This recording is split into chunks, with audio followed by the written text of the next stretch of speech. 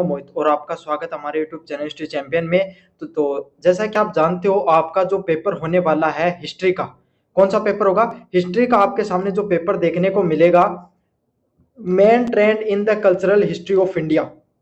ये आपके सामने अलग अलग विश्वविद्यालय में अलग अलग सेमेस्टर में आता है, लेकिन आपके फोर्थ सेमेस्टर में आएगा। अगर आपके अन्य कोई सेमेस्टर में आ रहा है तो भी कोई बात नहीं, सेम ही सिलेबस रहता है सभी यूनिवर्सिटी के लिए। तो आपका जो सिलेबस रहने वाला है, main trend in the cultural history of India, भारतीय सांस्कृतिक इतिहास की मुख्य प्रवृत्तियां। ये जो वीडियो होने वाली है, इस क्लास के अंदर आपको दो चीजें मैं करवाने वाला हूं। एक तो आपको सिलेबस कवर करवाऊंगा आपका, कि आपका सिलेबस कैसे रहने वाला है इस पूरे पेपर के अंदर, प्लस साथ के साथ टॉप 10 इंपोर्टेंट क्वेश्चन। कितने important question? Top 10 important question, जिनको पढ़ने के बाद आप सीधे सीधे एग्जाम के अंदर चले जाना, आपके पूरे में से पूरे नंबर है वो देखने को मिलेंगे। समझ में आ गया? तो पूरा का पूरा क्रिप्स क्रिप्स जो आपके सामने सिलेबस व टॉप 10 इंपोर्टेंट क्वेश्चंस का पूरा रिवीजन होगा। आपको अच्छे से वीडियो को देखना है, चैनल को जोर से सब्सक्राइब कर देना है। सभी बच्चों से रिक्वेस्ट है, प्लीज चैनल को जोर से सब्सक्राइब कर दो। साथ के साथ आपके सामने कोने में जो व्यू प्रोडक्ट वाला ऑप्शन है, कौन सा ऑप्शन है? व्यू प्रोडक्ट वाला ऑप्शन है। इस पे क्लिक करके अगर फ्लिपकार्ट और मित्रा से कोई प्रोडक्ट खरीदोगे, सबसे ज्यादा डिस्काउंट आपको देखने को मिलेगा। तो जाओ और जाकर कोई प्रोडक्ट खरीदना चाहते हो तो जरूर से जाकर खरीद सकते हो। इसी क्लास के अंदर मैं आपको एक इंपॉर्टेंट चीज बताऊंगा, इंपॉर्टेंट नोट्स कहां पर मिलेंगे फ्री वाले, सारी चीजें आपको देखने को मिलेंगी। चलिए शुरू करते हैं अपन क्लास को। सबसे पहले स्मार्ट स्टडी प्लान के अंदर देखें भाई कौन कौन से वो टॉपिक है। अब शुरू करते हैं क्लास को, जिसके अंदर अपन सारा का सारा सिलेबस है वो किस हिसाब से रहता है, आपका जो पूरा का पूरा सिलेबस है उसका क्या पूरा पैटर्न रहेगा उसको देखेंगे। सबसे पहले आपके सामने यूनिट नंबर फर्स्ट आती है। क्या आती है? यूनिट नंबर फर्स्ट, जिसको इसमें कवर नहीं किया गया वो मैं बता दूं। उसमें आपके सामने अलग अलग प्रकार के हमारे जो धर्म है उसके बारे में बात होती है, जैसे कि वैदिक धर्म। समझ में आ गया? वैदिक धर्म, ठीक है। आपके सामने बौद्ध धर्म और आपके सामने जैन धर्म। क्या होता है? जैन धर्म। और इन धर्म में से सबसे ज्यादा वैदिक धर्म और बौद्ध धर्म से प्रश्न पूछे जाते हैं। कौन से धर्म से संबंधित? वैदिक व बौद्ध धर्म से आपके सामने संबंधित लगभग प्रश्न हर बार एग्जाम में देखने को मिलते हैं। और इसमें प्रश्न कौन सा आता है? इससे प्रश्न आपके सामने कितने नंबर वाला प्रश्न देखने को मिलेगा? आपके सामने 10 नंबर वाला बड़े वाला प्रश्न आता ना आपके सामने, लॉन्ग टाइप क्वेश्चन। कौन सा? लॉन्ग टाइप क्वेश्चन है ना, वो देखने को मिलेगा। कौन सा प्रश्न देखने को मिलेगा? जो लॉन्ग टाइप क्वेश्चन आता है वो आपके सामने यहाँ पर देखने को मिलेगा। कौन सा? जो लॉन्ग टाइप क्वेश्चन है वो देखने को मिलता है यहाँ पर। समझ में आ गया आपको? यूनिट फर्स्ट में वैदिक धर्म, जैन धर्म और बौद्ध धर्म से संबंधित आपको प्रश्न देखने को मिलते हैं। अगले वाले की बात करें आपके सामने यूनिट नंबर सेकंड की, जिसमें दर्शन व साहित्य से संबंधित प्रश्न आते हैं। किससे संबंधित? दर्शन व साहित्य से संबंधित प्रश्न देखने को मिलते हैं, जिसमें कालिदास व तुलसीदास के साहित्य योगदान पर ज्यादा पढ़ना। आपको क्या पढ़ना है? कालिदास और तुलसीदास का जो साहित्य लिखा गया, उनकी जितनी साहित्य कृतियां, खास करके जो रामायण है ना, और आपके सामने जो महाभारत है, उससे संबंधित तुलसीदास का जो रामायण से संबंधित जो लिखी गई है उससे संबंधित तुलसीदास का प्रश्न जरूर देखने को मिलता है। और कालिदास का साहित्य कृति से संबंधित प्रश्न भी देखने को मिलता है। ये साहित्यिक योगदान से संबंधित प्रश्न लॉन्ग क्वेश्चन में आता है। कौन से क्वेश्चनों में आता है? लॉन्ग क्वेश्चंस में देखने को मिलता है। समझ में आ गया आपको? शॉर्ट टाइप क्वेश्चन में क्या देखने को मिलता है? कालिदास या तुलसीदास की कोई दो कृतियों के नाम बताओ। क्या बताओ? कोई दो किताबों के नाम, या जो आपके सामने दो प्रमुख कृतियों के नाम पूछे जाते हैं। इस प्रकार के प्रश्न आपके सामने कैसे देखने को मिलते हैं? वेरी शॉर्ट टाइप क्वेश्चन में। कैसे? अति लघुतरात्मक प्रश्न, जो छोटे वाले प्रश्न आते हैं 2 नंबर वाले, उसमें इस प्रकार का प्रश्न पूछा जाता है आपके सामने, जहां पर जो तुलसीदास या कालिदास के द्वारा जो दो कृतियां हैं उनके नाम आपको बताना है, या उनकी कोई कवि जो कृति है कोई लिखी गई है, उसके ऊपर आपको पूछ लिया जाता है भाई ये किसके द्वारा लिखी गई है। समझ में आ गया आपको अच्छे से? इन पर आपको दोनों पर फोकस करना है, कालिदास और तुलसीदास पर अच्छे से। चलिए यूनिट नंबर थर्ड की बात करें, मंदिर वास्तुकला। थोड़ा सा जूम कर लेते हैं ताकि आपको भी अच्छे से दिख जाए 1 मिनट के लिए। चलिए भाई, अब सही है आपके लिए एकदम। चलिए भाई, यूनिट नंबर जो थर्ड है उसमें मंदिर वास्तुकला पर आपको ज्यादा फोकस करना है, जहां पर आपके सामने जो बड़े वाले प्रश्न ज्यादातर देखने को मिलते हैं। यूनिट नंबर 4 में आपके सामने जो अलग अलग प्रकार के वैज्ञानिक हो गए आपके सामने, उससे संबंधित और उनके आविष्कारों के नाम आपको सीधे तौर पे रट लेने होते हैं, उसके आपके सामने संबंधित प्रश्न देखने को मिलते हैं, और अधिकतर बड़े वाले प्रश्न देखने को मिलते हैं। ये तो आपके सामने स्मार्ट प्लान जिसके बारे में अपन ने बात की, लेकिन यहीं पर आपको सारी चीजें खत्म नहीं हो जाती हैं। एक एक चीजें आपको बताऊंगा कि आपका सिलेबस कैसे रहेगा, किस तरीके से आपको एग्जाम के अंदर आपको चीजों को तैयार करके जाना है, एग्जाम पैटर्न आपका कैसे रहता है।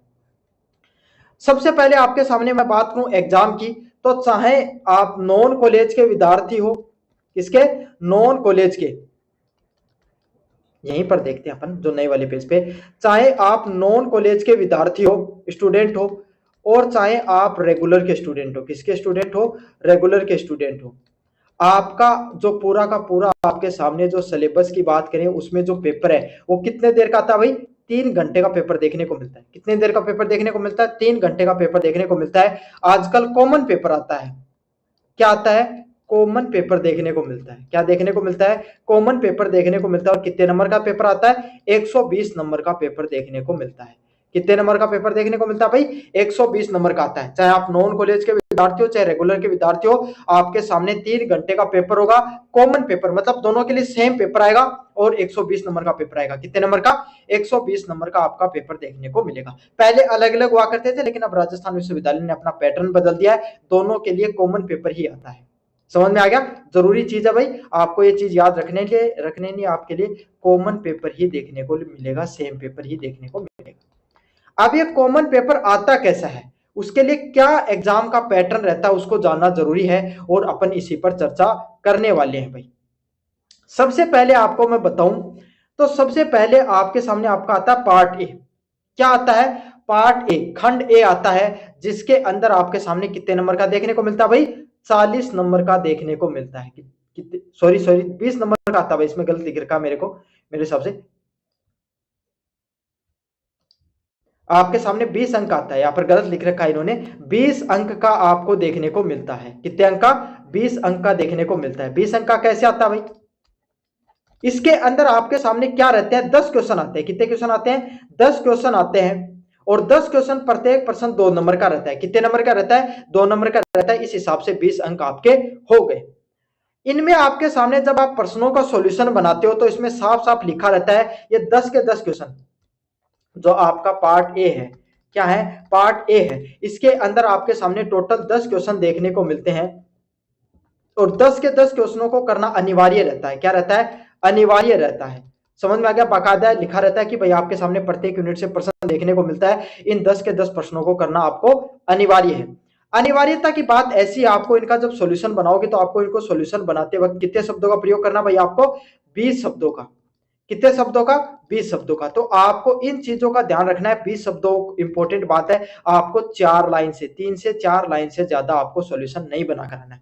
ये जो आपकी पूरी पूरी मान लो ये किताब है, ये पूरी पूरी कॉपी है, तो 1 लाइन, 2 लाइन, 3 लाइन, 4 लाइन, इससे ज्यादा नहीं बनाकर आनी है। यहाँ पर आपको बताकर दिखा देता हूँ, ये रही आपके सामने 1 2 3 4। अच्छा, 4 लाइन भी आपको किसमें लिखनी है, जिसमें कोई परिभाषा पूछ रखी हो, जिसमें कोई साहित्यिक घटना के बारे में पूछ रखा हो, वहां पर आपके सामने 4 लाइनों को बताना है। उसके अलावा अगर आपको कोई लेखक का नाम पूछ, कोई केवल कोई किताब का नाम पूछ लिया, कोई लेखक का नाम पूछ लिया, तो 1 लाइन में आपको सॉल्यूशन बना कर आना।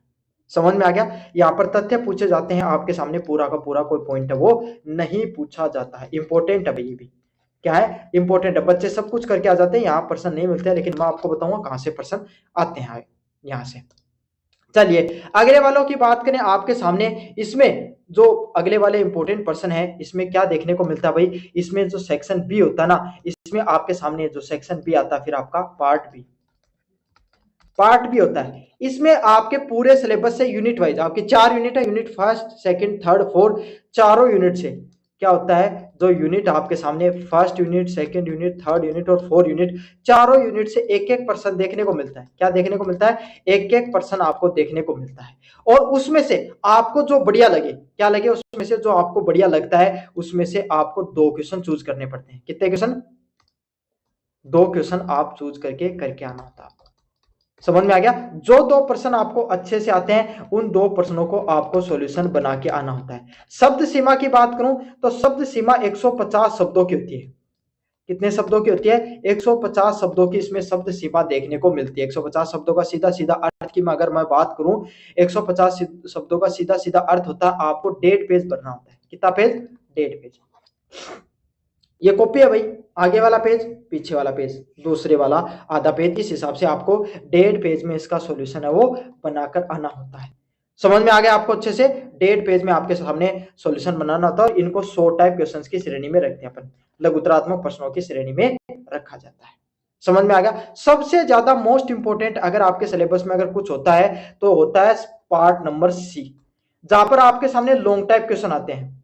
कैसे प्रश्न आते हैं? अच्छा, इनको करने की अगर तरीका बताऊं तो 1 लाइन या 2 से 3 लाइन प्रस्तावना लिखो, 5 से 7 पॉइंट बुलेट लाइन के लिखने, और अंत में आपको निष्कर्ष लिखना होता है। समझ में आ गया? इनको करने का तरीका यही होता है, आगे जाकर और बता दूंगा। अगले वाले प्रश्न आते हैं पार्ट नंबर सी। कौन सा था भाई? Part number C. Part number C की बात करूं तो यहां पर आपके सामने कुल कितने प्रश्न देखने को मिलते हैं भाई? आपके सामने जितनी आपकी यूनिट है, क्या है, जितनी यूनिट है, जैसे फर्स्ट, सेकंड, थर्ड और फोर्थ, उससे आपके सामने 2-2 प्रश्न देखने को मिलते हैं। कितने प्रश्न देखने को मिलते हैं? 2-2 प्रश्न देखने को मिलते हैं, और उसमें से आपको दोनों प्रश्न अथवा में आते हैं, और आपको कोई एक प्रश्न चूज करके करना होता है। क्या करना होता है? उसमें से कोई एक प्रश्न आपको चूज करना होता है। तो मतलब आपको 8 में से 4 प्रश्न मात्र करने होते हैं। कितने प्रश्न करने होते हैं? 4 प्रश्न, 4 क्वेश्चंस आपको चूज करके उनका सॉल्यूशन आपको बनाना होता है। प्रत्येक प्रश्न के सॉल्यूशन की शब्द सीमा की बात करूं तो लगभग आपको 300 शब्दों में, कितने शब्द सीमा होती है? 300 शब्दों की शब्द सीमा देखने को मिलती है। 300 शब्दों में आपको सॉल्यूशन बनाना होता है। 300 शब्द कितने होते हैं? 2.5 पेज। कितने पेज होते हैं भाई? 2.5 पेजेस में आपके सामने इनकी शब्द सीमा है वो आपको बनानी होती है। आगे पीछे का एक, दूसरा, आगे पीछे का तीसरा, आगे पीछे का 2.5 पेज आपको कुल है वो बनाने होते हैं। 2.5 पेजेस की आपके सामने शब्द सीमा है वो देखने को मिलती है। यह आपका पूरा का पूरा एग्जाम पैटर्न है, वो आपको पता होना बहुत ज्यादा जरूरी होता है। समझ में आ गया? ये लॉन्ग टाइप प्रश्न होते हैं, इनको करना कैसे है ये भी अपन आगे जाकर चर्चा करेंगे। अब सबसे जरूरी है लॉन्ग टाइप प्रश्न को करने का तरीका क्या होता है, क्योंकि आपको पता है सबसे ज्यादा नंबर आपके मिलते किससे हैं? लॉन्ग टाइप क्वेश्चन से। कौन सा? जो लॉन्ग क्वेश्चन आता है ना, उस लॉन्ग क्वेश्चन को करने से आपको सबसे ज्यादा नंबर मिलते हैं। इसी प्रश्नों से आप पास होते हो। समझ में आ गया? तो आपको इसको करना कैसे है, इसको करने का तरीका आएगा, जो बच्चा इसको करेगा उसी सबसे ज्यादा नंबर लेकर आता है। कैसे करना होता है? सबसे पहले आपको प्रस्तावना लिखनी है। क्या लिखनी है? प्रस्तावना। थोड़ा सा जूम करूंगा एक एक पॉइंट को,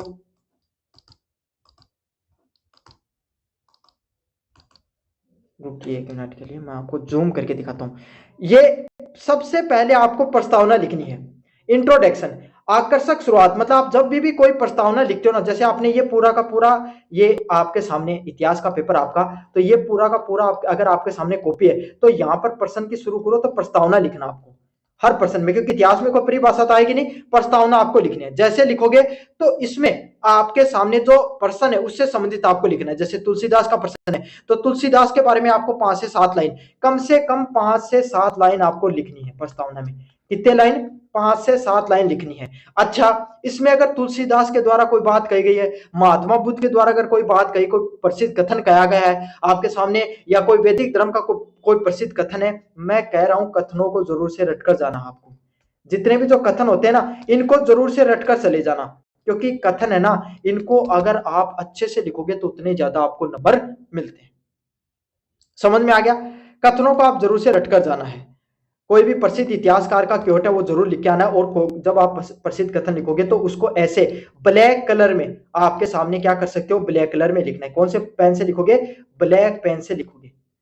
आप काफी बच्चे, आप में से काफी बच्चे होंगे भाई, हम भी जब कॉलेज के एग्जाम दिया करते थे ना, तब हमारी भी यही सोच रहा करती थी, अरे कौन ब्लैक पेन का यूज करेगा, अपने तो ऐसे जाएंगे ब्लू पेन से लिखेंगे पास हो जाएंगे। नहीं, फिर वही आप क्या कहते रहते हो, सर बैक आ गई, बैक आ गई। सही से पेपर करोगे तो आपको बैक नहीं आएगी, है ना? ब्लैक पेन से कोटेशन के साथ आपको लिखना है, और प्रस्तावना जरूर से लिखनी है। प्रस्तावना में आपको 5 से 7 लाइन है वो आपको लिखनी होती है। मैंने जो आंसर बना रखे हैं उसमें बाकायदा हर प्रश्न में आपको प्रस्तावना लिखने का तरीका बताता हूं कि प्रस्तावना में क्या लिखना होता है। समझ में आ गया? चलिए भाई, अब आपके सामने अगले वाले जो चीजें अगर आपको लिखनी है, डायग्राम या फ्लो चार्ट। आप क्या कर सकते हो? तुलसीदास के साहित्य कथन है उसकी 4 विशेषताएं, आपको 4 सब हेडिंग बनानी है। आप क्या लिखोगे? सब हेडिंग क्या होती है, मैं हेडिंग और सब हेडिंग बताता हूं आपको। हेडिंग क्या होती है? हेडिंग क्या होती है? हेडिंग होती है, जैसे आपने लिखा तुलसीदास की काव्य विशेषता, हो गई। फिर उसकी सब हेडिंग है, जैसे पहले है कौन से आपके सामने भक्ति रस का प्रयोग, भक्ति रस का प्रयोग मैं बता रहा हूं आपको, है ना। आपके सामने उनकी जो भाषा थी, मान लो प्राकृत भाषा, मान लो एक बार के लिए उदाहरण के लिए प्राकृत भाषा का अच्छा प्रयोग, ठीक है। जो लोगों के साथ अच्छा समन्वय था। तो ये चार आपको सब हेडिंग बनानी है। आप क्या कर सकते हो, इनको, ये आपकी मेन हेडिंग है, तुलसीदास की काव्य विशेषता लिखकर आपके सामने सीधे 4 पॉइंट आप लिख सकते हो। लेकिन इसको और क्रिएटिव तरीके से बताओ कैसे लिख सकते हो। आपने क्या किया, एक ऐसा डायग्राम बनाया, लिखा ऐसा, समझ में आ गया। यहां पर आपने लिखा तुलसीदास की काव्य विशेषता लिख दी, और जो आपको 4 हेडिंग बनानी है उसको यहां पर आपके सामने लिखा, समझ में आ गया। इस प्रकार से आपने फ्लो चार्ट बनाकर लिखा, कितना सुंदर लगेगा। आप खुद टीचर बनो और फिर सोचो कि आप अगर इस प्रकार से लिखकर आओगे कितने नंबर मिलेंगे आपको, मिलेंगे ना। इस प्रकार से चार्ट बना सकते हो। अगर आप और भी क्रिएटिव बच्चे हो, अगर आपको और भी नॉलेज है, आप यहाँ पर पेड़ बना दो, पेड़ बना दिया, उसकी अलग अलग प्रकार की टहनियां बनाकर उसके 4 विशेष यहाँ पर लिखो, तुलसीदास के काव्य की विशेषताएं, और यहाँ पर उसकी 4 अलग अलग प्रकार की टहनियां बनाकर उनके 4 विशेषताओं के बारे में लिख दो। आप में से लड़के हैं वो इतने क्रिएटिव नहीं होंगे भाई, है ना। जो चित्रकार बच्चे हैं, जिनको भाई चित्रकारी अच्छे से आती है, वो इस प्रकार से बना सकते हैं। मेरे जैसे जो काम निकालते हैं वो भाई आपके सामने ऐसा चौकोर बनाकर इस प्रकार से इसका प्रयोग कर सकते हैं। समझ में आ गया। ब्लैक पेन से डायग्राम बनाना है, ब्लू पेन से आपको लिखना है। समझ में आ गया। इस प्रकार से फ्लो चार्ट आपको जरूर से बनाना होता है। समझ में आ गया। इतिहास में अगर कोई डायग्राम वगैरह तो आप नहीं बना सकते, लेकिन फ्लो चार्ट जहां पर बने, कोशिश करा करो, क्या जाता है आपका। समझ में आ गया। टीचर आपको एक्स्ट्रा नंबर जरूर से देगा अगर इस प्रकार की क्रिएटिव चीजों को करोगे। फिर यहां पर आपके सामने बीच में चीज रह गई, आपको एक चीजों को और ध्यान रखना है, कालक्रम, घटनाओं और विकास के अनुसार चीजों को समय अनुसार लिखो। अच्छा, कोई भी घटना हो रही है, समझ में आ गया। जैसे जो वैदिक धर्म है उसमें 2 चीज आते हैं, ऋग्वैदिक काल, है ना, और आपके सामने उत्तर वैदिक काल। तो दोनों के बारे में आपके सामने ऋग उसमें लिखा गया कि ना वैदिक धर्म के अंदर धार्मिक, आर्थिक, महिलाओं की आर्थिक, जो सामाजिक आर्थिक स्थिति के बारे में बताया। तो आपने क्या लिखा, ऋग वैदिक काल, यहाँ पे एक डायग्राम बनाया, उसमें ऋग वैदिक काल में महिलाओं की स्थिति कैसी थी उसके बारे में बताया। फिर ऐसे लिखा, फिर यहाँ पर उत्तर वैदिक में कैसी थी सामाजिक स्थिति। तो इस प्रकार से आप क्या कर सकते हो, एक डायग्राम के माध्यम से घटनाओं और विकास के अनुसार चीजों को स्पष्ट रूप से लिखोगे, तब अच्छा नंबर मिलेगा। लास्ट में आपको क्या करना होता है, निष्कर्ष करना होता है। जो आपने चीजें बताई है उनको निष्कर्ष जरूर से निकाल कर आए। क्या करें, उसका कंक्लूजन आपके सामने आपको जरूर से निकाल कर आना होता है। आलोचनात्मक मूल्यांकन वर्तमान समय में संस्कृति व कला का क्या प्रभाव देखने को मिलता है, हर प्रश्न के अंत में आपको निष्कर्ष जरूर से निकाल के आना है। ये आपको 4 बिंदु अच्छे से याद रखनी है इतिहास का। जब भी आपके सामने पेपर बनाकर आओगे तब प्रस्तावना जरूर से लिखोगे, है ना। आपके सामने घटनाओं के हिसाब से जरूर से लिखोगे, फ्लो चार्ट जरूर से बनाओगे, और निष्कर्ष जरूर से बनाकर आओगे। अगर आप ये 4 चीजें कर लोगे, मैं आपको बता रहा हूँ कोई बच्चा ऐसा नहीं है जो फेल हो जाए, तो मेरे को बता देना। अगर कोई बच्चा जो इतिहास के पेपर में अगर पढ़ के जाएगा और फेल हो जाए तो मेरे को बता देना। समझ में आ गया। चलो, ये तो था आपके सामने भाई पूरा का पूरा कैसे एग्जाम का पैटर्न रहेगा, कैसे एग्जाम के अंदर आपको चीजों को करके आना है। अब अपन रीड करेंगे सिलेबस को। किसको, अब अपन पढ़ेंगे सिलेबस को, कि भाई सिलेबस कैसे देखने को मिलेगा आपको। सिलेबस की बात करें, पहली यूनिट देखने को मिलती है जहां पर आपके सामने प्रश्न देखने को मिलते हैं संस्कृति व धर्म से संबंधित। यूनिट फर्स्ट में किससे संबंधित आते हैं, संस्कृति व कल्चर और रिलीजन से संबंधित प्रश्न देखने को मिलते हैं। जिसमें पहला आता है संस्कृति का अर्थ, क्या होती है संस्कृति। समझ में आ गया। मीनिंग ऑफ कल्चर, आपके सिलेबस में क्या पॉइंट दे रखा है, मीनिंग ऑफ कल्चर, आपकी जो संस्कृति है वो क्या होती है उसके बारे में बताना है। समझ में आ गया। वैदिक धर्म, अब जो धर्म है उसमें जो वैदिक धर्म में आपके सामने प्रश्न अक्सर यही पूछा जाता है कि भाई वैदिक धर्म के अंदर आपके सामने जो महिलाओं की स्थिति कैसी हुआ करती थी, या समाज की स्थिति कैसे हुआ करती थी, सामाजिक स्थिति को, है ना, आर्थिक स्थिति को और धार्मिक स्थिति के बारे में बताइए।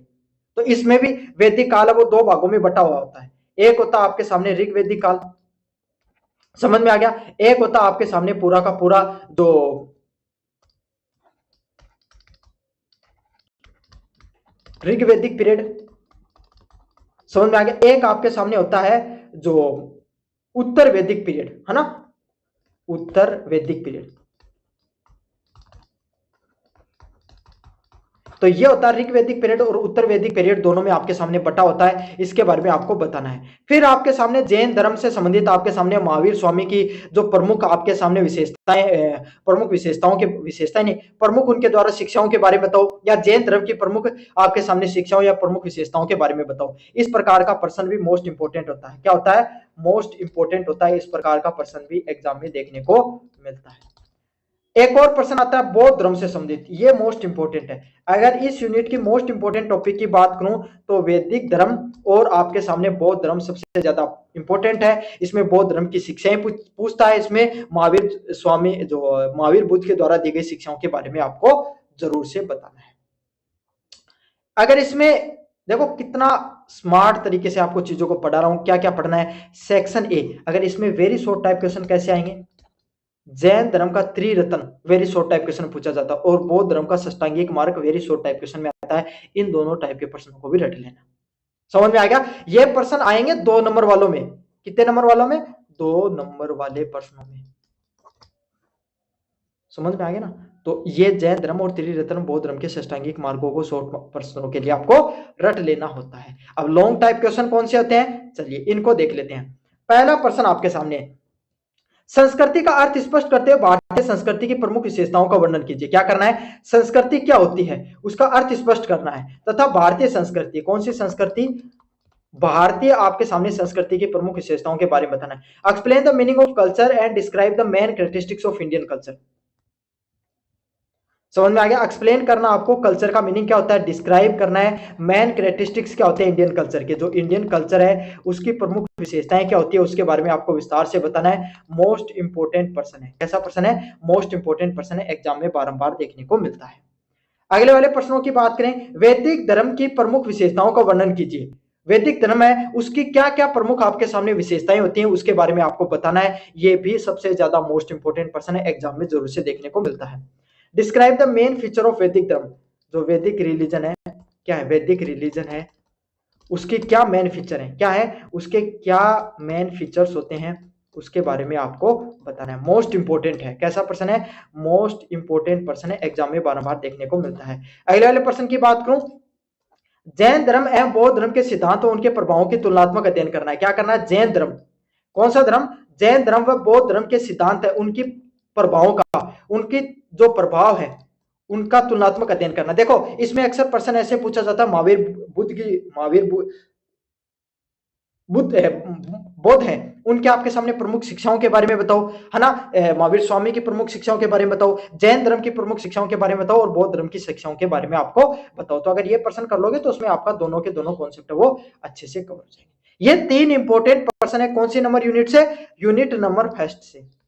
कौन सी नंबर यूनिट से? यूनिट नंबर फर्स्ट के। ये आपके सामने 3 इंपोर्टेंट प्रश्न है। तीनों के तीनों प्रश्न एग्जाम में बार-बार देखने को मिलते हैं। अच्छे से इन्हें तीनों प्रश्नों को आपको करके चले जाना है। समझ में आ गया आपको अच्छे से? चलिए शुरू करते हैं अगले वाली यूनिट की तरफ। चलिए यहां पर आपके सामने तुलनात्मक विश्लेषण की बात करें, आपके सामने वैदिक धर्म में अनुष्ठान और प्रकृति पूजा पर ज्यादा ध्यान दिया जाता था। क्या आपके सामने योग यज्ञ हो गया, आपके सामने जो किसका प्रयोग होता था, यज्ञ हो गया आपके सामने, है ना, मूर्ति पूजा हो गई, आपके सामने बलि प्रथा हो गई, ये सब चीजें ज्यादा देखने को मिलती थी। सामाजिक संरचना के आधार पे आपके सामने सामाजिक संरचना देखने को मिलती थी। ऐसा प्रश्न आएगा, सामाजिक संरचना के बारे में बताओ। यहाँ पर आपके सामने जैन धर्म में अहिंसा और तपस्या की, कोई किसी भी प्रकार की आपको अहिंसा नहीं करनी, तपस्या करनी है ना। त्रिरत्न के बारे में पूछ सकता है, व्यापार व कला का विकास होता है इस समय काल में। महात्मा बुद्ध वाले पीरियड में मध्य मार्ग, षष्टांगिक मार्ग वाला प्रश्न इंपॉर्टेंट है, या फिर त्रिरत्न वाला इंपॉर्टेंट प्रश्न है। अंतरराष्ट्रीय प्रसार व शांति का संदेश वो देखने को मिलता है। तो इस प्रकार के प्रश्न आपके सामने, इस प्रकार के इंपॉर्टेंट पॉइंट आपको यूज करना होता है। चलिए अब अपन यूनिट नंबर फर्स्ट को पढ़ लिया, क्या सिलेबस है, क्या उसमें मोस्ट इंपोर्टेंट प्रश्न है। अब अपन पढ़ेंगे यूनिट नंबर सेकंड की तरफ, जहां पर दर्शन व साहित्य से संबंधित, फिलोसफी और लिटरेचर से संबंधित, किससे संबंधित? फिलोसफी और लिटरेचर से संबंधित आपके सामने प्रश्न देखने को मिलते हैं। पहला प्रश्न है महाकाव्य। महाकाव्य में कौन सा होता है? जो महाकाव्य है उसमें आपके सामने रामायण व महाभारत सबसे ज्यादा इंपॉर्टेंट है। यहां से एक प्रश्न आता है, रामायण या महाभारत से अक्सर एक प्रश्न देखने को मिलता है कि रामायण व महाभारत के बारे में आपको बताना है, उसके बारे में आपको बताना है। कालिदास का साहित्यिक निर्माण में योगदान, कैसे कालिदास का साहित्य के निर्माण में आपके सामने क्या क्या योगदान रहा, भारतीय साहित्य परंपरा में उनका क्या क्या योगदान रहता है उसके बारे में आपको बताना है। तुलसीदास का क्या योगदान रहता है, किसका, तुलसीदास का क्या योगदान रहता है आपके सामने, इनको बताना है। तो ये तीन प्रमुख बिंदु है, एक तो आपके सामने जो रामायण और महाभारत के बारे में बताना उनका क्या योगदान है, कालिदास का क्या योगदान है और तुलसीदास का क्या योगदान है, उन तीनों के बारे में आपको बताना है। समझ में आ गया, कालिदास का क्या योगदान है और तुलसीदास का आपके सामने क्या योगदान है उसके बारे में आपको बताना है, मोस्ट इंपॉर्टेंट है। समझ में आ गया, अच्छे से इन तीनों बिंदुओं को अच्छे से कर लेना। चलिए अब आपको ये तो थे लॉन्ग टाइप प्रश्नों के हिसाब से सिलेबस, शॉर्ट टाइप में आपको क्या पढ़ना है, कालिदास का अभिज्ञान शकुंतलम और तुलसीदास की रामचरितमानस की प्रमुख रचनाओं के नाम कंठस्थ कर लेना आएंगे। समझ में आ गया, मतलब कालिदास के द्वारा जितनी रचनाएं लिखी गई कम से कम 2-3 रचनाओं के नाम अच्छे से रट लो। और तुलसीदास क्या होता है, तुलसीदास में रामचरितमानस की जो प्रमुख रचनाएं उसके नाम अच्छे से रट लो, प्रश्न आता है, क्या है, प्रश्न आएगा इन टॉपिक से। समझ में आ गया आपको, अच्छे से रट लो इन प्रश्नों को, तुलसीदास का अभिज्ञान शकुंतलम के बारे में और तुलसीदास के रामचरितमानस की जो प्रमुख आपके सामने जो रचनाएं होती हैं उसके बारे में आपको अच्छे से रट लेना होता है। चलिए अगले वाले यूनिट की बात करें, यूनिट नंबर 2 की तरफ, किसकी तरफ आपके सामने, यूनिट नंबर 2 की तरफ। यूनिट नंबर 2 में क्या है, रामायण एवं महाभारत की सांस्कृतिक महत्व के बारे में बताइए। तो रामायण और जो महाभारत है क्या है, रामायण और जो महाभारत है उनका सांस्कृतिक महत्व क्या, मोस्ट इंपोर्टेंट प्रश्न है, आता है भाई, ये प्रश्न अक्सर एग्जाम में आता है, रामायण और महाभारत का आपके सामने क्या सांस्कृतिक महत्व क्या होता है उसके बारे में आपको बताना है। Explain the cultural significance of Ramayana and Mahabharata, explain करना है क्या कल्चरल सिग्निफिकेंस रहा रामायण का और महाभारत का, उसके बारे में आपको क्या करना है, डिस्क्राइब करना है, क्या करना है आपको अच्छे से डिस्क्राइब करना है। मोस्ट इंपोर्टेंट प्रश्न है, एग्जाम में बार बार आता है रामायण और महाभारत के सांस्कृतिक महत्व का प्रश्न। कालिदास के साहित्यिक योगदान का मूल्यांकन कीजिए, क्या करना है, कालिदास के द्वारा जो साहित्यिक योगदान दिया गया उसके बारे में आपको बताना है। Elevate the literature contribution of the Kalidas, तो कालिदास का क्या लिटरेचर का कंट्रीब्यूशन रहा उसके बारे में आपको बताना है, मोस्ट इंपोर्टेंट प्रश्न है, आता भाई इस टॉपिक से प्रश्न देखने को मिलता है। अगला वाला प्रश्न है, तुलसीदास के काव्य में भारतीय संस्कृति का चित्रण कीजिए, क्या करना है, तुलसीदास के काव्य में भारतीय संस्कृति का भी चित्रण अच्छे से करना है। Describe the Indian culture had the depicted in the Tulsidas works, तो तुलसीदास के द्वारा जो साहित्य का काम किया गया उसमें आपके सामने तुलसीदास के काव्य में भारतीय संस्कृति का कैसे चित्रण देखने को मिलता है उसके बारे में बताना, मोस्ट इंपोर्टेंट प्रश्न है, एग्जाम में बारंबार देखने को मिलता है। ये सारे के सारे इंपोर्टेंट प्रश्न है जो आपके सामने यूनिट नंबर 2 से देखने को मिलते हैं। समझ में आ गया, चलिए अब आपके सामने जो यूनिट नंबर 3 है, क्या है, यूनिट नंबर 3 है, यूनिट नंबर 3 है, उसके बारे में अपन देखेंगे उससे संबंधित कैसे कैसे प्रश्न आते हैं। तो यहाँ पर टेम्पल आर्किटेक्चर से संबंधित जो मंदिर की वास्तुकला है ना उससे संबंधित प्रश्न देखने को मिलते हैं, और ये सबसे ज्यादा आपके सामने जो मंदिर होते हैं ना इसका प्रश्न यूनिट 1, 2 से फिक्स प्रश्न है, यही से आएंगे, लेकिन यूनिट नंबर 3 से प्रश्न थोड़ा घुमा फिरा कर अक्सर अलग पूछा जाता है। क्या पूछा जाता है, अक्सर अलग पूछा जाता है, तो इसके लिए आपको विशेष रूप से तैयार रहना है। जैसे मंदिर वास्तुकला, टेम्पल आर्किटेक्चर से संबंधित प्रश्नों की बात करें तो भारतीय मंदिर वास्तुकला, भारतीय मंदिरों की जो स्थापत्य कला है जिसमें आपके सामने वेसर कला, द्रविड़ कला और आपके सामने नागर शैली, इसके बारे में आपको बताना है, तीनों की तीनों शैलियों के बारे में बताना है। वो तो एक प्रश्न आपके सामने सबसे ज्यादा मोस्ट इंपोर्टेंट है, जो मंदिरों की जो वास्तुकला होती है, स्थापत्य कला होती है, उससे संबंधित कौन कौन सी प्रमुख आपके सामने स्थापत्य कला है उससे संबंधित तो प्रश्न अक्सर आता है। ये तो सबसे ज्यादा मोस्ट इंपोर्टेंट टॉपिक है, क्या है, सबसे ज्यादा मोस्ट इंपोर्टेंट टॉपिक है, यहां से तो प्रश्न आएगा ही आएगा। अगले वाला प्रश्न आबू से संबंधित प्रश्न भी देखने को मिलता है, तो आबू की जो मंदिरों की जो स्थापत्य कला है इससे संबंधित प्रश्न आता है।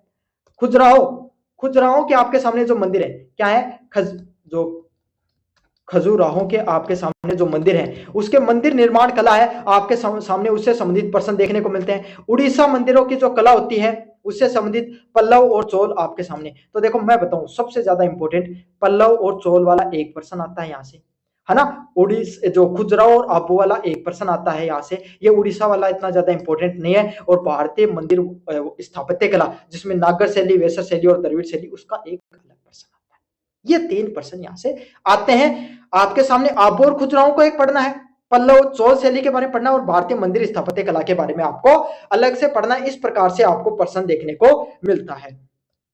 सबसे पहले आपके सामने बात करें, खजुराहो मंदिर किस शैली पर बना हुआ है या गोपुरम, गोपुरम क्या होता है, इस जैसे प्रश्न सीधे के सीधे प्रश्न आते हैं। कैसे,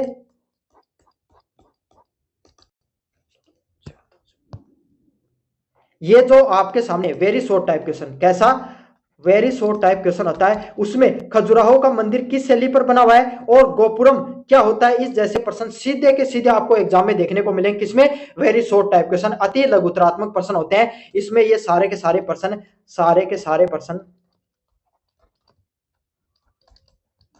सीधे के सीधे एग्जाम में देखने को मिलेंगे आपके सामने। खजुराहो के मंदिर वाला और गोपुरम क्या होता है, इससे संबंधित आपके सामने प्रश्न है, वो सीधा का सीधा देखने को मिलता है एग्जाम के अंदर।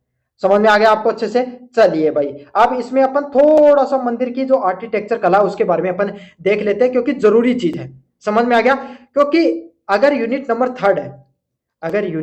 3 है, अगर आप इसमें एडवांटेज लेना चाहते हो, अरे उसमें 2 नंबर ज्यादा लाना चाहते हो, तो मंदिरों की जो आपके सामने चित्र बनाना जरूरी है। क्या है, मंदिरों के बारे में विस्तार से बताना जरूरी है। तो यहीं पर आपके सामने देख लेना है, अच्छे से समझ लेना। अरे ज्यादा नहीं, मंदिरों का रफ डायग्राम बना सकते हो, उसके दाव पे आपको चीजों को बताना जरूरी होता है।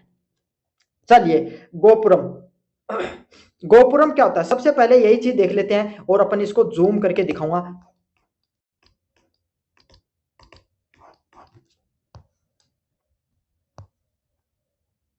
ये रहा मंदिर, समझ में आ गया। ये मंदिर है, पूरा का पूरा मंदिर दिख गया। ये देखो, ये सीढ़ियां है, क्या है, सीढ़ियां इस मंदिर में अंदर जाने का स्थान है। देखो ये सबसे नीचे वाली सीढ़ियां, फिर ये सीढ़ियां, फिर ये सीढ़ियां, फिर आगे का मंदिर है, दिख रहा है आपको अच्छे से। तो इसमें आपके सामने गोपुरम क्या होता है, दक्षिण भारतीय शैली का जो प्रवेश द्वार होता है, जो दक्षिण भारत के अंदर, कहां पर, जो दक्षिण भारत के अंदर आपके सामने साउथ इंडिया के अंदर, साउथ इंडिया के आपके सामने जो टेंपल होते हैं, क्या होते हैं, टेंपल होते हैं, उनके अंदर आपके सामने जो गेट होता है, जो प्रवेश द्वार होता है, उसको क्या बोला जाता है, गोपुरम बोला जाता है। और ये वेरी शॉर्ट टाइप क्वेश्चन में भी देखने को मिलता है। किसमें, वेरी शॉर्ट टाइप क्वेश्चन में भी देखने को मिलता है। मंदिरों में जो प्रवेश शैली होती है उसी को गोपुरम के नाम से जाना जाता है। समझ में आ गया। चलिए भाई, अगले वालों की बात करें आपके सामने, जो अगले वाला होता है मंडप। मंडप क्या होता है, प्रवेश हॉल। भाई देखो आप, ये मंदिर है, ये मंदिर मान लिया अपन ने, मंदिर हो गया, है ना, ये मंदिर है, मंदिर है, यहाँ का इसका ओल है भाई इसके सामने, और यहाँ से उसका प्रवेश द्वार है। तो प्रवेश द्वार को तो गोपुरम बोल दिया। अब जो मंदिर के आगे जो खाली जगह बची रहती है ना, उसको क्या बोलते हैं, मंडप बोला जाता है, मंडप बोला जाता है। और ये पर्सन कंपटीशन एग्जाम में बहुत ज्यादा देखने को मिलते हैं, और आपके लिए तो इंपॉर्टेंट है ही। समझ में आ गया। प्रवेश हॉल होता है, पिलर्ड हॉल होता है, जहां पर आपके सामने देख लो, ये जो मंदिर है ना, ये आपके सामने गोपुरम हो गया। जब इसके अंदर जाओगे तो पूरा का पूरा मंदिर है, यहाँ पर बीच में खाली जगह हॉल है, और यहाँ पर पिलरों के ऊपर टिका रहता है। क्या बोला जाता है, इसको मंडप बोला जाता है। क्या बोला जाता है, मंडप बोला जाता है। किसी भी मंदिर के अंदर जो ऊपर के ऊपर छत होती है और वो पिलरों पर टिकी रहती है, खाली हॉल रहता है, उसको क्या बोलते हैं, मंडप बोलते हैं। सबसे ज्यादा मोस्ट इंपोर्टेंट है ये पॉइंट, ये कंपटीशन एग्जाम में भी आता है। किसमें, कंपटीशन एग्जाम में भी ये आता है आपके सामने। अगले वाला होता है आपके सामने गर्भगृह। क्या होता है, गर्भगृह। गर्भगृह क्या हो गया, जैसे आपके सामने जहां पर जो देवता होता है ना, ये रहा, यहाँ पर आपके सामने गर्भगृह दिखाया गया। यहाँ पर क्या, जो देवता है, क्या है, कोई भी देवता होता है ना, उस देवता की जहां पर मूर्ति रखी होती है, रखी हुई होती है ना, उसको क्या कहा जाता है, गर्भगृह के नाम से जाना जाता है। किसके नाम से जाना जाता है, गर्भगृह के नाम से जाना जाता है। गर्भगृह का अर्थ क्या होता है, जहां पर जो देवता है उसकी जो मूर्तियां रखी रहती है, उसको अपन क्या कहते हैं, गर्भगृह के नाम से जाना जाता है। समझ में आ गया। मुख्य देवता का जो कक्ष होता है, जो सेंटम सेटोरियम होता है, उसको गर्भगृह के नाम से जाना जाता है। ये भी मोस्ट इंपोर्टेंट पॉइंट है। कैसा पॉइंट है, मोस्ट इंपोर्टेंट पॉइंट है भाई। आपके सामने कोई भी देवता है, उसके सामने आपके सामने जो गर्भगृह है उसको बोलते हैं। अगले वाला लास्ट इंपोर्टेंट है शिखर। शिखर किसको बोलते हैं, आपके सामने गर्भगृह का जो ऊपर आपके सामने देखो, मन ऊपर शिखर होता है ना आपके सामने, जहां पर अपन झंडा वगैरह लगाकर रखते हैं, यहाँ पर आपके सामने जो पूरी की पूरी व्यवस्था देखने को मिलती है, उसको क्या बोला जाता है? गर्भगृह के ऊपर का टावर होता है, उसको शिखर बोला जाता है। तो ये 4 बिंदु आपको अच्छे से रट लेने होते हैं। देखो, चित्र आपको बनाना है तो अच्छी बात है, नहीं बना पाओ तो कम से कम आप इन नामों को जरूर से रट लेना। आपको दक्षिण भारत के मंदिरों में जो गोपुरम होता है वो क्या होता है? आपके सामने प्रवेश द्वार होता है। मंडप क्या होता है? जो प्रवेश हॉल होता है, क्या होता है? प्रवेश हॉल होता है, उसको मंडप बोला जाता है। गर्भगृह पे जहाँ पे देवता के मंदिर, जहाँ पे देवता की मूर्ति होती है, उसको गर्भगृह बोला जाता है। शिखर, जहाँ पे जो गर्भगृह से ऊपर का जो टावर होता है, उसको शिखर बोला जाता है। तो इनको अच्छे से, पॉइंटों को आपको अच्छे से याद कर लेना। चलिए, ये तीनों के तीनों प्रश्न बहुत ज्यादा मोस्ट इंपोर्टेंट है। पहला है, भारतीय मंदिर स्थापत्य कला की प्रमुख विशेषताओं का वर्णन कीजिए। क्या करना है? Describe the main features of Indian temple architecture. क्या करना है? जो भारतीय मंदिर स्थापत्य कला है,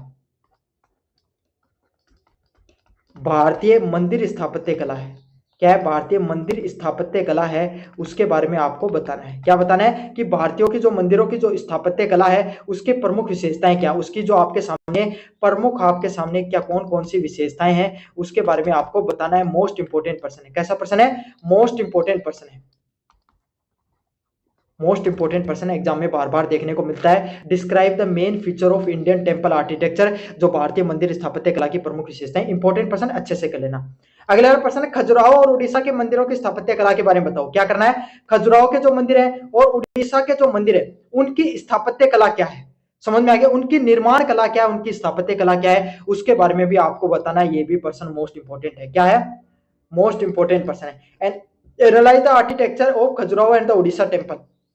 खजुराहो के और आपके सामने जो उड़ीसा के जो टेम्पल है, आपके सामने आबू वाला भी इसके साथ देखने को मिलता है, खास करके आबू वाला होता है। दोनों के बारे में आपको अच्छे से पढ़ लेना है, उनकी स्थापत्य कला के बारे में बताना है। साथ के साथ पल्लव और चोल मंदिर स्थापत्य कला का तुलनात्मक अध्ययन करना है। क्या करना आपको? जो पल्लव और जो चोल होते हैं, उनकी स्थापत्य कला, क्या पल्लव और जो चोल होते हैं, उनकी जो स्थापत्य कला, उनके मंदिरों की जो स्थापत्य कला है, उनके समय कैसे मंदिरों की स्थापत्य कला का निर्माण हुआ, उसका तुलनात्मक अध्ययन करना है। मतलब दोनों के बारे में आपको विस्तार से बता देना है। समझ में आ गया? Compare compare the Pallavas and the Cholas temple architecture. क्या करना है? जो पल्लव और जो चोल होते हैं ना, उनका आपके सामने कंपेयर करना। आपको compare Pallavas and Cholas and Chola temple architecture. जो पल्लव और जो चोल होते हैं, उनके जो टेम्पल आर्किटेक्चर होता है, उसका आपको तुलनात्मक अध्ययन करना है। पल्लव चोल मंदिर स्थापत्य कला का तुलनात्मक अध्ययन करना है। मोस्ट इंपोर्टेंट पर्सन है, एग्जाम में बार-बार देखने को मिलता है। तो ये तीनों के तीनों टाइप के प्रश्नों को आपको अच्छे से कर लेना है। चलिए भाई, यूनिट फर्स्ट पढ़ लिया, यूनिट सेकंड देख ली, यूनिट नंबर थर्ड देख ली। अब अपन पढ़ेंगे यूनिट नंबर फोर्थ की तरफ। किसकी तरफ? यूनिट नंबर फोर्थ है, उसकी तरफ बढ़ने वाले हैं। पहला है, साइंस एंड कल्चर से संबंधित प्रश्न आते हैं। किससे संबंधित? साइंस एंड कल्चर से संबंधित प्रश्न आते हैं, जिसमें पहला प्रश्न है आर्यभट्ट से संबंधित प्रश्न आएगा। मतलब आर्यभट्ट के द्वारा जो आपके सामने जो काम किए गए विज्ञान के दृष्टिकोण से, उससे संबंधित। वराहमिहिर के द्वारा क्या काम किया गया, उससे संबंधित प्रश्न आता है। चरक के द्वारा क्या कार्य किया गया, उसके संबंधित प्रश्न आता है। और सुश्रुत से संबंधित आपके सामने प्रश्न देखने को मिलता है। समझ में आ गया? तो यहां पर आपके सामने इसमें से अगर सबसे इंपॉर्टेंट बताऊं तो चरक तो सबसे ज्यादा इंपॉर्टेंट है, और आर्यभट्ट और सुश्रुत, ये ज्यादा तीनों के तीनों व्यक्ति हैं, ये तीन व्यक्ति सबसे ज्यादा इंपॉर्टेंट है। समझ में आ गया? चलिए, अगर इसकी बात करूं, यूनिट ए भी, ये यूनिट, इस यूनिट में आपके सामने जितने जो वैज्ञानिक हैं, इनके द्वारा क्या क्या कार्य किया गया, इनका क्या क्या योगदान रहा, इनके योगदान से संबंधित प्रश्न आता है, और संहिताओं से संबंधित भी प्रश्न अक्सर देखने को मिलता है। चलिए, प्रश्नों को कराऊं, उससे संबंधित मास्टर मैप समझ लो भाई। इसमें क्या है, कैसा आता है? आर्यभट्ट है, उन्होंने किस चीज के योगदान में काम दिया? गणित और विज्ञान के। किस पे काम किया? जो गणित और आपके सामने जो खगोल विज्ञान है, आपके सामने एस्ट्रोनॉमी है, मैथ और एस्ट्रोनॉमी। क्या है? जो मैथ एंड जो आपके एस्ट्रोनॉमी, खगोल विज्ञान है, उससे संबंधित इन्होंने काम किया। और इनके जो द्वारा जो किताब लिखी गई, उसका नाम क्या था? आर्यभट्टीय, जो इनके द्वारा किताब है उसका लिखा गया। समझ में आ गया? गणित से संबंधित अलग अलग प्रकार के सिद्धांत दिए गए। वराहमिहिर के द्वारा खगोल विज्ञान पे काम किया गया। कौन से विज्ञान पे? खगोल विज्ञान पे। एस्ट्रोलॉजी पे इन्होंने द्वारा काम किया गया, और इनके द्वारा बृहत संहिता लिखी गई। क्या लिखी गई? बृहत संहिता। ये मोस्ट है, अगर ये प्रश्न आ गया, लगभग बच्चे ये नहीं कर पाएंगे। बृहत संहिता किसके द्वारा लिखी गई? लेकिन वराहमिहिर के द्वारा लिखी गई थी, और खगोल विज्ञान से संबंधित काम किया करते थे। किससे संबंधित? खगोल विज्ञान से संबंधित। खगोल विज्ञान से संबंधित आपके सामने ये काम किया करते थे। बृहद संहिता इनके द्वारा लिखी गई थी। अच्छा, अगले वाला पॉइंट है चरक। चरक के द्वारा क्या? आयुर्वेद। चरक के द्वारा क्या लिखा गया? आयुर्वेद और मेडिसिन वो लिखा गया, और आयुर्वेद पे इनके द्वारा जो काम किया गया, और आपके सामने जो चरक जो इनके द्वारा जो लिखा गया वो क्या थी? चरक संहिता। क्या लिखी गई थी भाई? चरक संहिता। इनके द्वारा क्या लिखी गई थी? चरक संहिता इनके द्वारा लिखी गई थी। चलिए अगले वाले की बात करें, सुश्रुत। सुश्रुत के द्वारा क्या? शल्य चिकित्सा। किस पे काम किया गया इनके द्वारा? शल्य चिकित्सा पर। शल्य चिकित्सा पर समझना। काट फाट, जो काट फाट होती है ना, आज के समय आप सर्जरी देखते हो, आज के समय जो मॉडर्न साइंस है, मॉडर्न जो आपके सामने जो मॉडर्न मेडिसिन होती है ना, मॉडर्न मेडिसिन में आपके सामने जो सर्जरी देख रहे हो ना, आप किसी भी इंसान के जो ऑपरेशन करवाते हैं, तो वो ये मान लो सुश्रुत की देन है, और इनके द्वारा क्या लिखी गई? सुश्रुत संहिता। तो ये चारों पॉइंट आपको जरूर से याद कर लेने हैं। आर्यभट्ट के द्वारा आर्यभट्ट ये लिखा गया, वराह मेहर के द्वारा बृहद संहिता लिखा गया, चरक के द्वारा चरक संहिता, और सुश्रुत के द्वारा सुश्रुत संहिता है वो लिखी गई। तो ये चारों के चारों आपके सामने तीनों के द्वारा इन तीनों चारों किताबों को लिखा गया, अच्छे से कर लेना।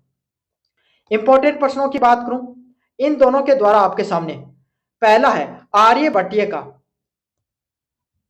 जो आर्यभट्ट आपके सामने, आर्यभट्ट का वैज्ञानिक योगदान बताइए। क्या बताना है? आर्यभट्ट के द्वारा आपके सामने क्या वैज्ञानिक योगदान है, क्या रहा? समझ में आ गया? क्या वैज्ञानिक योगदान रहा आर्यभट्ट के द्वारा, उसके बारे में आपको बताना है। वैज्ञानिक योगदान, आर्यभट्ट ने आपके सामने गणित व खगोल विज्ञान से संबंधित क्या रिसर्च करी, क्या काम किया, क्या उनका वैज्ञानिक योगदान रहा, उसके बारे में बताना है। मोस्ट इंपोर्टेंट प्रश्न है, इस टॉपिक से प्रश्न आता है। अगले वाला प्रश्न है, चरक एवं सुश्रुत के चिकित्सा क्षेत्र में योगदान का मूल्यांकन कीजिए। क्या करना है? चरक एवं सुश्रुत का चिकित्सा के क्षेत्र में, कौन से क्षेत्र में? चिकित्सा के क्षेत्र में क्या योगदान रहा, उसके बारे में आपको विस्तार से बताना है। अगले वाला प्रश्न है, भारतीय विज्ञान एवं संस्कृति के विकास में वराह मिहिर, कौन? वराह मिहिर की भूमिका का वर्णन करना है। क्या करना है आपको? भारतीय विज्ञान एवं संस्कृति के विकास में वराह मिहिर, कौन? वराह मिहिर आपके सामने, वराह मिहिर के द्वारा आपके सामने क्या भूमिका रही, उसके बारे में आपको बताना है। मोस्ट इंपोर्टेंट प्रश्न है। कैसा प्रश्न है? मोस्ट इंपोर्टेंट प्रश्न है, एग्जाम में जरूर से देखने को मिलता है। Explain the role of Varaha Mihir in the development of Indian science and culture. तो इसमें देखो, अगर वराह मिहिर वाला प्रश्न अगर स्किप भी करो, तो चरक सुश्रुत वाला और आर्यभट्ट वाला प्रश्न जरूर से कर लेना है आपको अच्छे से। समझ में आ गया? चलिए, तो यही था आपके सामने पूरा का पूरा स्ट्रक्चर, क्या सिलेबस रहता है उसके बारे में आपको विस्तार से बता दिया है। बाकी सारे के सारे मैंने सिलेबस वगैरह, पीडीएफ वगैरह सब कुछ टेलीग्राम चैनल पे, अगर आपकी इसकी फ्री में पीडीएफ डाउनलोड करना चाहते हो ना, तो टेलीग्राम का लिंक डिस्क्रिप्शन में दे रखा है। कहां पर? डिस्क्रिप्शन में दे रखा है, वहां पर आपके सामने फ्री में इसकी पीडीएफ भी देखने को मिल जाएगी, है ना। जाओ और जाकर आपके सामने फ्री में पीडीएफ भी प्राप्त कर सकते हो। कैसा लगा वीडियो जरूर से बताना, चैनल को जरूर से सब्सक्राइब कर देना। धन्यवाद।